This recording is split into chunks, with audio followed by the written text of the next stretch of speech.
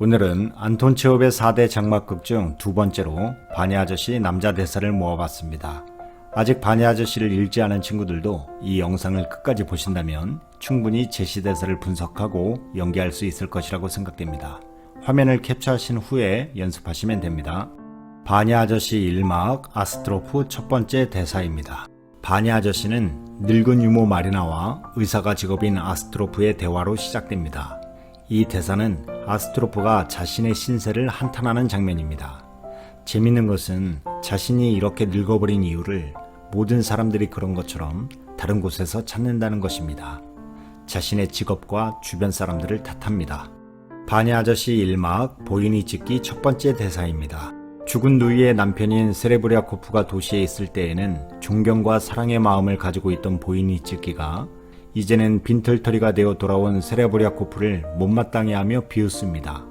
이 장면은 교수에 대해 묻는 아스트로프에게 세레브리아코프를 뒷담화하고 있는 보이니 찍기의 대사입니다.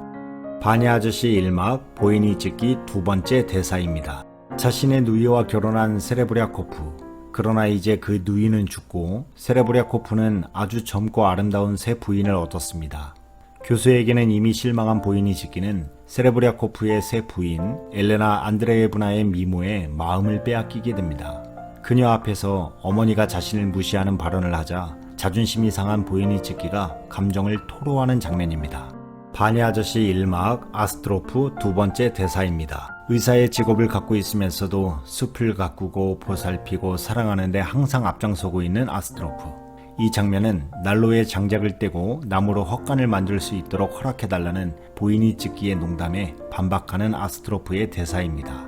이 대사를 통해 그 역시도 젊고 아름다운 엘레나 안드레예브나에게 호감을 느끼고 있어 그녀를 의식하고 있음을 알 수 있습니다. 바니 아저씨 2막 세레브리아코프 대사입니다. 이 막은 세레브리아코프가 잠에서 깨어 다리에 통증을 호소하는 장면으로 시작됩니다. 자신이 경제적으로도 실패하고 병은 들고 또 늙어버렸기 때문에 스스로 역겹다고 생각합니다. 그리고 그의 부인 엘레나 안드레예브나 또한 자신을 역겹게 생각할 거라고 말합니다.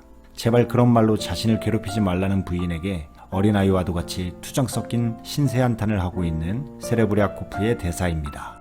바니 아저씨 2막 보이니 찍기 첫 번째 대사입니다. 세레브리아코프 때문에 지칠 대로 지쳐있는 엘레나 안드레예브나, 혼자 남겨진 그녀에게 보이니 찍기는 구애를 합니다. 그러나 그녀는 보이니 찍기에게서 팔을 빼내고 화를 내며 역겹다는 말까지 하고 퇴장합니다. 이 대사는 혼자 남겨진 보이니 찍기가 후회하고 상상하고 즐거워하다 괴로워하는 장면입니다. 바니 아저씨 2막 보이니 찍기 두 번째 대사입니다. 그녀에게 거부당하고 혼자 남겨진 보이니 찍기의 독백은 결국 그녀의 남편이자 자신의 죽은 누이의 전남편인 세레브리아코프를 원망하는 것으로 전이됩니다. 엘레나 안드레예브나에게 사랑을 받지 못하는 이유가 자신이 헛되이 늙어버렸기 때문이고, 자신이 헛되이 늙어버린 이유는 세레브리아코프에게 인생을 도둑맞았기 때문이라고 생각합니다. 바니 아저씨 2막 아스트로프 첫 번째 대사입니다. 보이니 찍기의 외조카인 소냐는 오래전부터 아스트로프를 사랑하고 있었습니다. 그런 속도 모른 채 아스트로프는 소냐와 단둘이 남게 되었을 때 소냐의 계모에 대한 이야기를 합니다. 아스트로프의 이 대사는 엘레나 안드레예브나에 대한 불평처럼 보이지만 결론은 그녀는 아름답다는 것입니다. 바니 아저씨 2막 아스트로프 두 번째 대사입니다. 이 대사는 아무도 사랑하지 않냐는 소냐의 질문에 대한 아스트로프의 대답입니다. 아스트로프의 말을 통해서 아스트로프에 대해 조금은 알 수 있습니다. 아스트로프는 숲을 사랑하고 고기를 먹지 않는 채식주의자입니다. 그런 아스트로프를 사람들은 이상한 족속이라고 여기며 비방하고, 그런 사람들을 아스트로프 역시 곱지 않게 생각합니다. 바니 아저씨 3막 아스트로프 첫 번째 대사입니다. 3막은 세레브리아코프의 집의 객실에 사람들이 하나 둘 모이면서 시작됩니다. 세레브리아코프가 모든 사람들을 모이게 한 것입니다.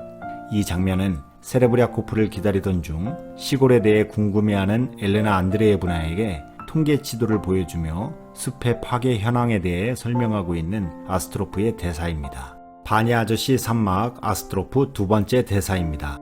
엘레나 안드레예브나가 아스트로프의 시골 숲 설명에 흥미를 보이지 않았던 이유는 사실 아스트로프에 대한 소냐의 마음을 알게 되었기 때문입니다. 따라서 그녀는 아스트로프에게 소냐의 마음을 전하며 소냐를 사랑하지 않는다면 더 이상 괴롭히지 말고 이곳에 오지 말아달라고 부탁합니다. 그러나 사실 아스트로프는 소냐가 아닌 그녀를 사랑하고 있죠. 바냐 아저씨 3막 세레브리아코프 대사입니다. 3막이 시작되면서 세레브리아코프가 사람들을 모았던 이유가 밝혀지는 순간입니다. 세레브리아코프는 다시 도시에서 생활하기 위해서 이 영지를 팔 것을 제안합니다. 그리고 그 영지 판매 대금을 유가증권으로 바꿔서 수입을 얻자고 제안합니다. 대사 마지막에 생각해냈다는 하나의 조치가 바로 이것입니다. 바냐 아저씨 3막 보이니치키 대사입니다. 죽은 누이의 지참금과 자신이 10년 동안 일해서 번 돈으로 나머지 빚을 갚아서 산 이 영지를 팔 것을 제안한 세레브리아코프에게 단단히 화가 난 보이니치키. 그동안은 뒷담화로 실망을 드러냈던 보이니치키가 이제는 세레브리아코프의 길을 막아서고 얼굴을 맞대고 소리칠 정도로 매우 분노하고 있습니다. 이 사건으로 보이니치키는 세레브리아코프를 향해 총을 발사하기까지 합니다. 바냐 아저씨 4막 보이니치키 대사입니다. 4막은 보이니치키의 방에서 시작됩니다. 세레브리아코프를 향해 쏜 총은 다행히 빗나갔습니다. 그러나 아직 보이니치키의 화는 풀리지 않은 모양입니다. 못 맞춘 것에 대해 다행으로 여기고 고소당하지 않은 것에 대해 감사하게 생각해야 될 텐데 보이니치키는 오히려 그 반대로 생각합니다. 그리고 마지막에는 여전히 그녀에 대한 이야기가 포함되죠. 바냐 아저씨 4막 아스트로프 첫 번째 대사입니다. 지금까지의 삶은 모두 사라지고 새로운 삶을 살 수 있는 방법을 가르쳐달라고 울며 애원하는 보이니치키. 그러나 그 마음은 아스트로프 역시 똑같습니다. 그러나 어쩔 수 없죠. 그를 위로하기보단 지금의 현실을 있는 그대로 받아들일 것을 조언합니다. 하지만 의사답게 모르핀으로 괴로움을 덜어내려고 하는 보이니치키에게는 단호한 모습을 보이죠. 바냐 아저씨 4막 아스트로프 두 번째 대사입니다. 이곳을 떠나기로 한 엘레나 안드레예브나는 아스트로프에게 작별 인사를 건넵니다.